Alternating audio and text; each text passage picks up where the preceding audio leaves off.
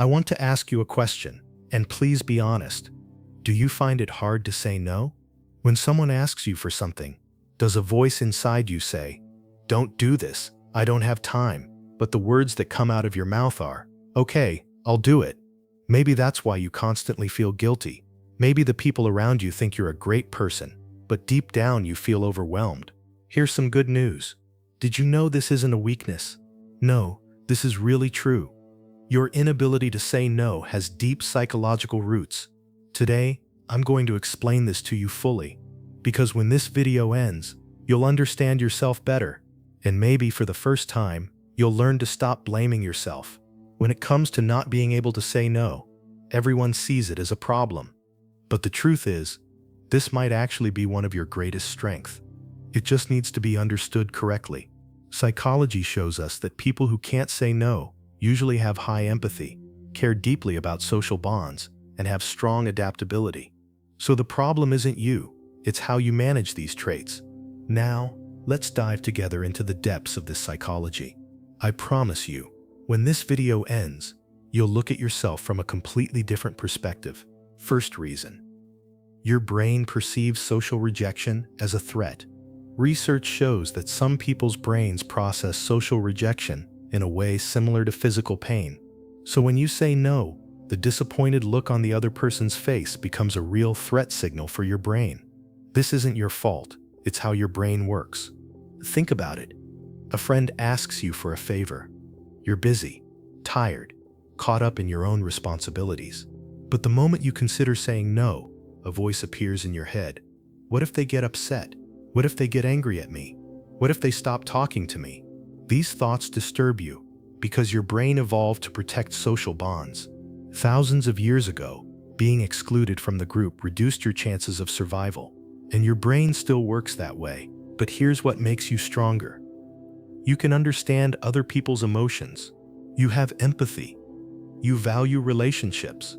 These qualities make you a good friend, a good employee, and a good person. The problem isn't these traits themselves. The problem is that they cause you to ignore your own needs. This is where real strength appears. You can't change this brain structure, but you can learn how to deal with it. You can learn that saying no is not rejection. It's setting a boundary. And when you set boundaries, relationships don't fall apart. They actually grow stronger, because real relationships are built on respect for boundaries. Second reason. You may have learned to associate approval with certain behaviors in childhood. Psychology shows us that the roots of not being able to say no often go back to childhood. Maybe you were praised for being the good child. Maybe when adults said, "You're so helpful," you felt valuable. Maybe when you said no, you received a negative reaction and learned that it wasn't safe. Think about it. What happened when your mother or father asked you for something when you were little? How did they react when you said no or showed resistance? If that reaction was negative, your brain learned an important lesson. If I say yes, I'm loved. If I say no, problems arise. Imagine this example. Let's say as a child, you always had to share with your sibling. When you didn't want to give up your toy, you were seen as selfish. Or when guests came over, you were expected to be quiet and polite. When you said, "I don't want to do this," you heard, "That's rude." All of this taught your brain something. Your desires aren't important. Making others happy is more important. But now you're grown up. You no longer need everyone's approval to survive. Even realizing this is a strength, because if you can't see something, you can't change it. And here's something beautiful. If your need for approval is fed by making others happy, that also means you've developed high social intelligence. You understand people. You sense their needs. These are very important abilities. You just need to learn to use them for your own needs as well. You need to learn to read your own needs and value them. Third reason. You're programmed to avoid conflict, but this is actually a survival strategy. Research shows that avoiding conflict is often a defense mechanism. The thought that saying no will create conflict scares you, so saying yes feels like an easy way to avoid it. But this also comes from your past. Maybe you grew up in an environment where conflicts had bad outcomes. Maybe there were arguments at home and you didn't feel safe. Or maybe your voice was never heard during disagreements. So you learned that the safest path was to stay quiet, say yes, and go along with things. Now think for a moment. Your boss asks you to take on extra work. You're already overloaded. You're tired. But you can't say no because thoughts like these run through your mind. What if they get angry? What if they evaluate my performance poorly? What if they lose trust in me? What's behind these thoughts? Fear of conflict. And what lies beneath that? The need to feel safe. Here's the important part. It's not that you're incapable of managing conflict. In fact, you're quite skilled at preventing conflict. That's a real skill. The problem is that you're using it at your own expense. But you can use the same skill in a way that benefits everyone, including yourself. How? Saying no doesn't mean creating conflict. Saying no means setting a boundary. And when boundaries are communicated correctly, they create respect, not conflict. Saying, "Unfortunately, I'm very busy this week, but I can help next week," is not conflict. It's an agreement. It's balance. And you can do this because you already have strong conflict management skills. You just need to learn to use them for your own benefit. Fourth reason. Your identity is built around being helpful, and you're afraid of losing it. Psychology shows that people create stories about who they are. You've probably written a similar story about yourself. I'm a helpful person.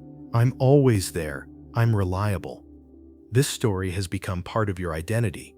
When you say no, it feels like you're losing that identity. For example, imagine you're the one in your friend group who always listens. If someone calls you at midnight, you answer. When someone feels down, they talk to you. When someone needs something, they knock on your door. Over time, this role becomes your identity. The reliable friend, always there, self-sacrificing. But inside, a voice says, "I'm tired too. I need rest. I want to say no." Then another voice appears. "But I'm not that kind of person. I can't say no. This isn't who I am." And here lies the trap. You tie your identity to a behavior and perceive changing that behavior as losing yourself. The truth is this. Letting go of constant helpfulness doesn't mean you stop being helpful. You just become a smarter and more sustainable helper. If you don't take care of yourself, you won't be able to take care of others in the long run. Burnout proves this. Research shows that people who constantly say yes eventually become exhausted, withdraw from relationships, and fall into depression. This is where strength comes in. Saying no doesn't take you away from being helpful. On the contrary, it makes you a healthier, more balanced, and more genuine helper, because now you're helping not out of obligation, but because you truly want to. That difference changes everything. Fifth reason, feeling responsible for other people's emotions. You feel responsible for how others feel, but that's not your responsibility. Psychology shows that some people experience excessive responsibility. In this state, you don't just feel responsible for your actions, but also for other people's emotions. When someone is upset, you feel guilty. When someone is disappointed, you think it's your job to fix it. Think for a moment. A friend invites you to a party. You don't actually want to go. You're tired and want to stay home, but you know they'll be upset if you say no. And in that moment, your brain says, if they're upset, it's my fault. I don't want to hurt them. I don't want to be a bad person. So you go, but you don't enjoy it. But the truth is this. You are not responsible for other people's emotions. You're responsible for your own behavior, words, and actions. If someone is upset because you said no, that's their issue, not yours. This distinction is crucial. You're not saying no to hurt or reject someone. You're saying no to protect your boundaries. If someone doesn't respect your boundaries, the problem isn't your boundaries, it's their expectations. This is where a major shift happens. When you realize you're not responsible for other people's emotions, you become free. You stop making decisions based on their reactions. You start prioritizing your own needs. And this makes you more authentic, more honest, and more real. And you know what the best part is? People feel this. They sense your authenticity and lack of pretense. This leads to deeper and healthier relationships. Sixth reason, you measure your worth by how useful you are to others. But your worth is much more than that. Research shows that people with self-worth issues often measure their value by how much they benefit others. Maybe you do this too. You might think you need to constantly do something to feel valuable. Imagine this scenario. For the past few days, you haven't helped anyone. You've just focused on your own work, rested at home, spent time on your hobbies. A voice rises inside you. I'm so selfish. I'm useless. I'm a bad person. Does this sound familiar? There's a deep belief here. If I'm not helpful, I'm worthless. This belief may come from childhood. Maybe you were only noticed for your achievements, performance, or helpfulness. Maybe you were only appreciated when you did something. Maybe you believed you were loved only when you were useful. But the truth is this: you are valuable simply because you exist. Even if you do nothing, even if you help no one, you still have value, because value doesn't come from what you do. It comes from who you are, and you are already valuable. This idea is radical because society constantly programs us to produce, to be useful, to serve. But that's just conditioning. True value exists independently of all that. This is where freedom begins. When you stop tying your worth to what you do, saying no becomes much easier, because you know that saying no doesn't make you worthless. You are valuable, whether you say yes or no. The difference is this: when you say no, you are freer. Now let's bring all these thoughts together. You struggle to say no because your brain perceives social rejection as a threat. You learned in childhood to behave in certain ways to gain approval. Avoiding conflict feels safe to you. You defined yourself as a helpful person. You started feeling responsible for other people's emotions, and you measure your worth by how much you help others. But pay attention. These are actually your strengths. You are empathetic. You have high social intelligence. You care about others. You value relationships. You are helpful and sensitive. The problem isn't these qualities. The problem is using them against yourself. This is where real change begins. When you understand this psychological pattern, you can transform it. Saying no is not weakness. Saying no is actually a form of strength. Because what happens when you say no? You value yourself. You protect your boundaries. You develop your identity. You leave other people's emotions to their own responsibility. And you seek your true worth in the right place. Saying no doesn't stop you from being helpful. On the contrary, it makes your helpfulness more sustainable. Saying no doesn't make you a bad person. It makes you more honest and authentic. Saying no doesn't leave you alone.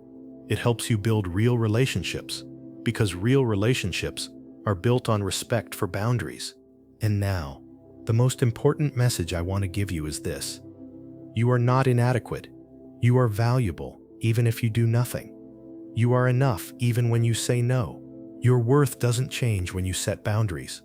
Maybe it's time to make this promise to yourself: I have needs too, and those needs matter, and I can protect them.